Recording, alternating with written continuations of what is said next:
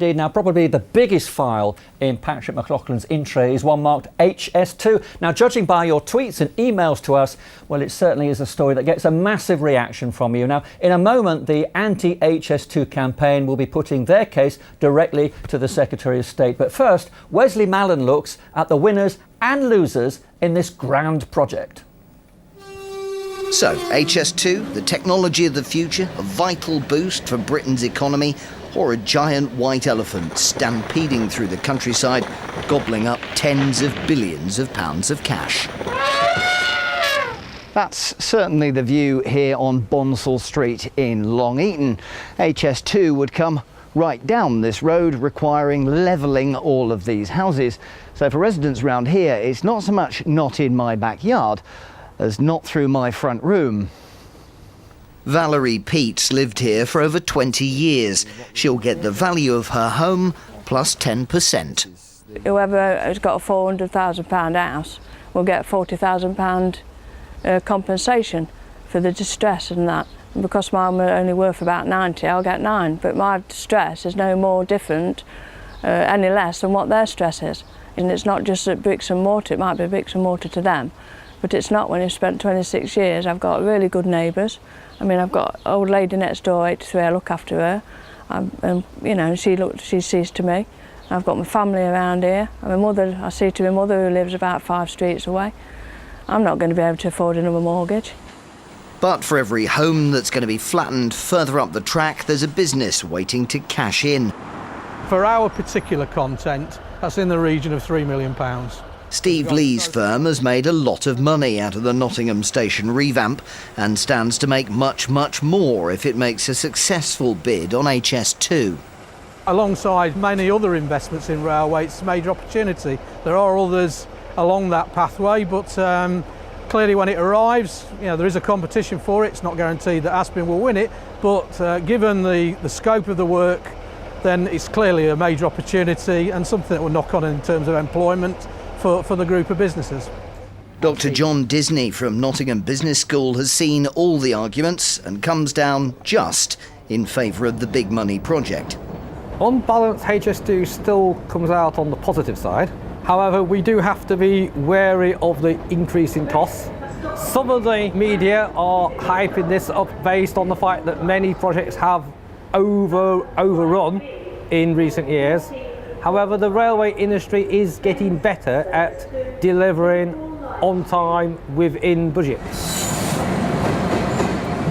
The rail industry might be getting better at sticking to budget, but the money is still coming from the public purse, a point that's not lost on Valerie Peet. My money, my tax, is paying for me to have my own house pulled down.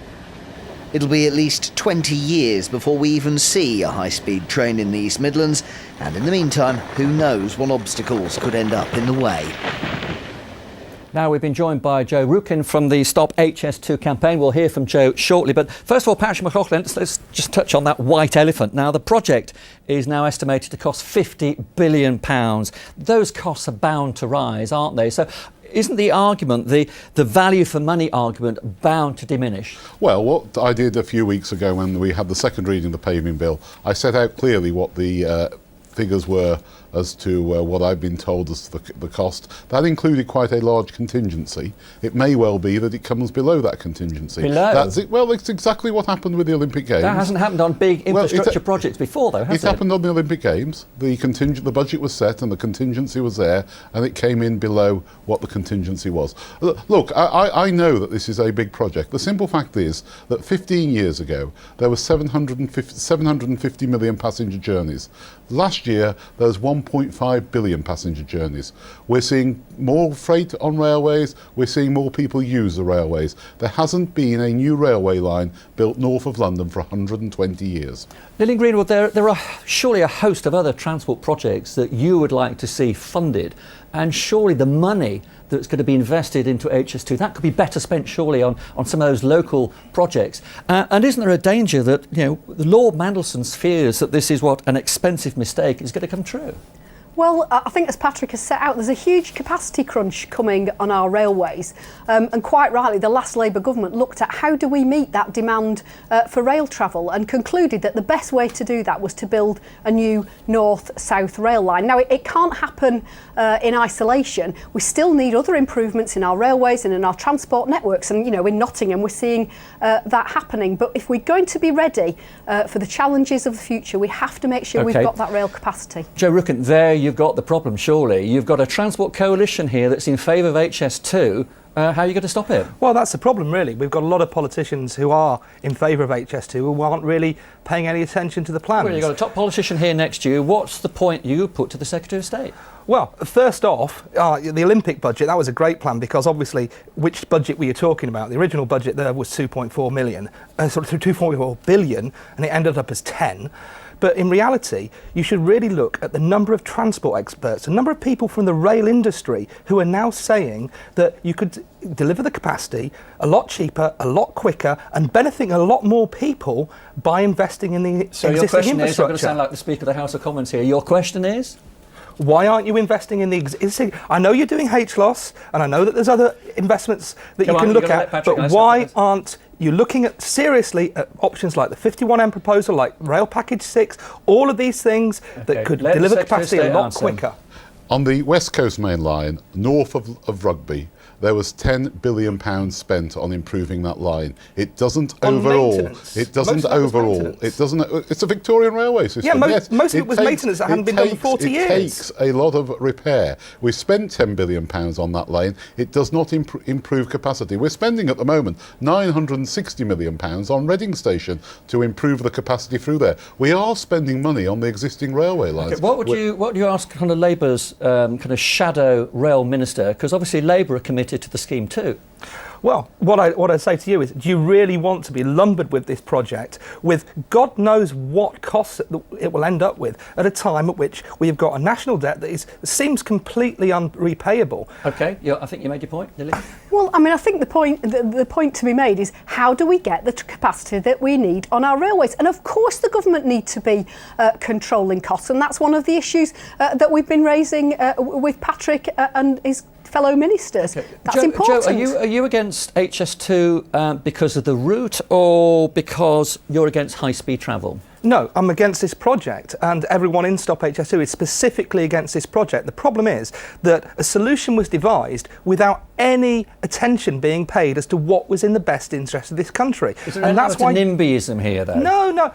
Well, that's the problem, that we keep getting hit with that tag when people can't actually defend the arguments that we put. You can't find an economist who's for this. You can't find an environmentalist who's for this who isn't. Put that to the Secretary of State while he's here. Well, look, there are a number of people who are in favour of the argument. Look, there is no big piece of infrastructure, and nobody would deny that HS2 is not a massive piece of infrastructure, which is not controversial. Building the M1 was controversial. Building the M6 was controversial. Building the M25, the M40 was controversial. Building the original railways was incredibly controversial. How many transport experts were against those projects? Well, they weren't quite the sort of experts there were in those days, but there were some people against them. Of course there were. I mean, You've only got to look at those arguments. In Wesley's film, who was very much in favour, so the academics are backing it too. Well, have a look at. Well, I would say that look at Professor John Tominey's evidence to the Paving Bill Committee this week, and absolutely convinced that it's not going to deliver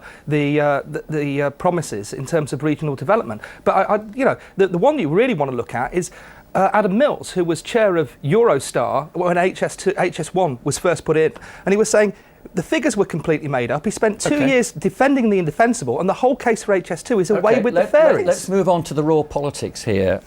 We've had a lot of response on Twitter and on email. Many people, both in the wide Midlands, but also in the Chilterns.